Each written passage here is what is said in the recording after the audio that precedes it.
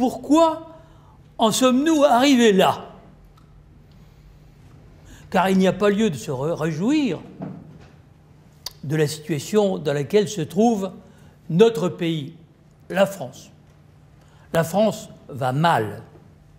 Elle s'est installée depuis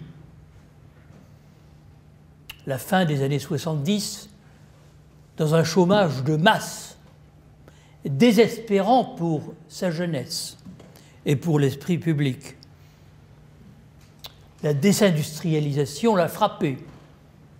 Quand j'étais ministre de l'Industrie, l'industrie occupait 6 millions d'actifs. Aujourd'hui, 3,5 millions. Nous avons perdu quelques-uns des plus beaux fleurons de notre couronne industrielle.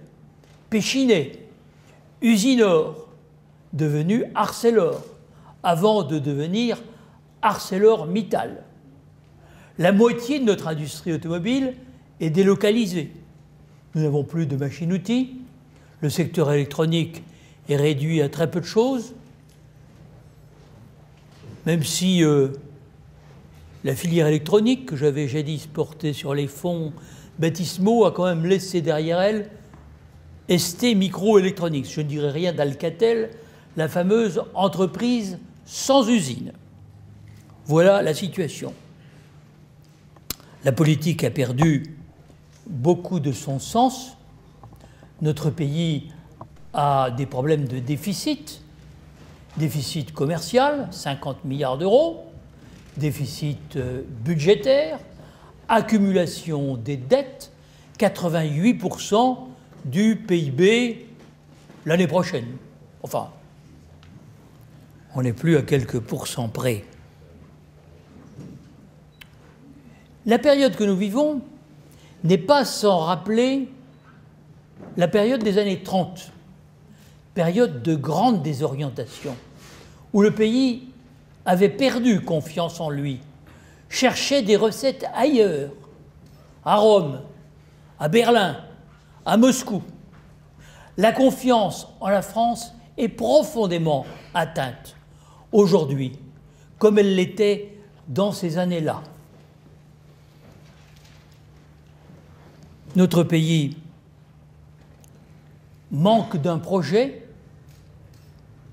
Il a connu cette période qu'on a appelée les 30 Glorieuses, assise essentiellement sur les luttes de la résistance et de la libération, le programme du CNR, l'élan que le général de Gaulle et la résistance avaient donné au pays. Mais après, quelle catastrophe! Faudra-t-il attendre semblable catastrophe pour que la France reparte de l'avant? C'est une question sur laquelle je reviendrai tout à l'heure. Après ce qui apparaît comme une parenthèse, celle des 30 Glorieuses, nous nous sommes enfermés dans une stagnation qui paraît de longue durée. La France a disparu des écrans radars. On lui a substitué l'Europe.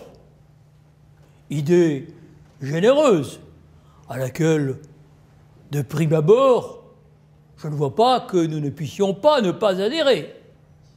Vous vous souvenez de la phrase célèbre de François Mitterrand? La France est notre patrie, l'Europe est notre avenir. Ce qui pouvait se lire à l'inverse.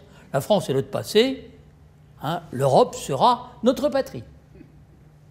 Et effectivement, on peut dire que depuis le tournant des années 83, 84, 87, l'acte unique, négocié en 85 par la gauche, mais approuvé par la gauche et par la droite,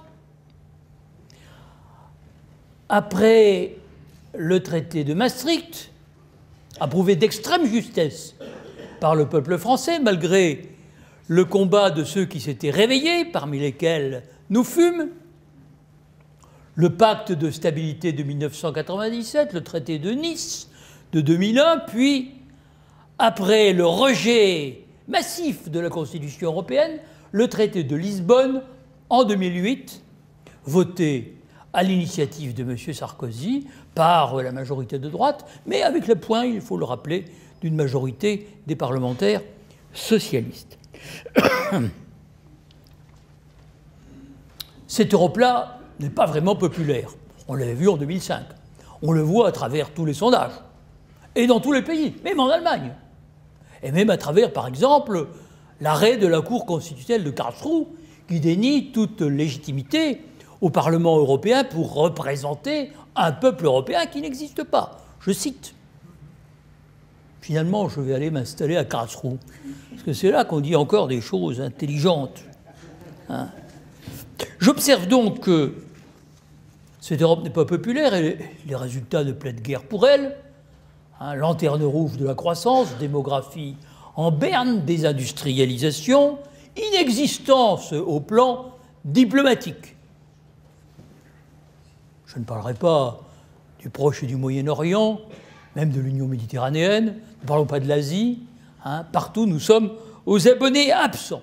Mais il paraît que sur l'Europe, nous ne sommes rien et que pour compter, il faut faire l'Europe. Enfin, on ne l'a toujours pas faite. Plus tard, à long terme, vous verrez. Vous verrez qu'à long terme, comme disait Keynes, nous serons tous morts. Cette Europe est un carcan libéral, en fait. Et les gens ont fini par s'en apercevoir. Elle a commencé par la libération des mouvements de capitaux. Et j'ai été très surpris lors d'un Conseil des ministres de 1988-89 d'apprendre que nous allions libérer les mouvements de capitaux, y compris à l'égard des pays tiers. Pas seulement à l'intérieur de l'Europe, mais aussi à l'égard des pays tiers. C'est-à-dire aussi vis-à-vis des paradis fiscaux, vis-à-vis de tous les pays tiers, sans aucune contrepartie d'harmonisation fiscale. J'étais le seul à protester. On m'a dit que Bérégovoy n'était pas d'accord, mais Bérégovoy, qui était ministre des Finances, a ployé le col, comme d'ailleurs le font habituellement tous les ministres. Hein? C'est pour ça, je ne dirais pas qu'on les paye, parce qu'on ne les paye pas très bien, enfin on les paye mieux maintenant, mais à l'époque ce n'était pas terrible. Disons que les mouvements de capitaux ont été libérés, ce qui donnait un avantage énorme au capital par rapport au travail, car le travail, lui, ne circule pas, il est assigné au local, tandis que le capital se balade à la vitesse de la lumière. Ensuite, fut posé également par l'acte unique le principe de la concurrence. Qu'est-ce que c'est que cela? On ne dit rien du tout. C'est le traité de Rome qui poursuit sur son air. Ne vous inquiétez pas, jeune homme, je suis encore jeune. Puis on s'est aperçu que la Commission européenne s'était installée sur ce principe de la concurrence pour proscrire toute aide d'État, donc toute politique industrielle, pour ouvrir à la concurrence tous les services publics, pour mener une politique qui désarmait le monde du travail, comme il désarmait d'ailleurs nos peuples européens dans la compétition mondiale, puisque en même temps la protection commerciale était progressivement réduite à zéro. C'était le GATT, ce fut l'OMC en 1994. Je me souviens d'une exception d'irrecevabilité que j'ai défendue pratiquement avec l'appui de quelques députés, dont tu étais, quelques communistes, un brelan de gaulliste, qui avait survécu à l'irrésistible mutation de la droite vers le libéralisme. Donc, les peuples s'aperçoivent bien qu'un carcan libéral a été posé sur eux, mais au nom de l'Europe.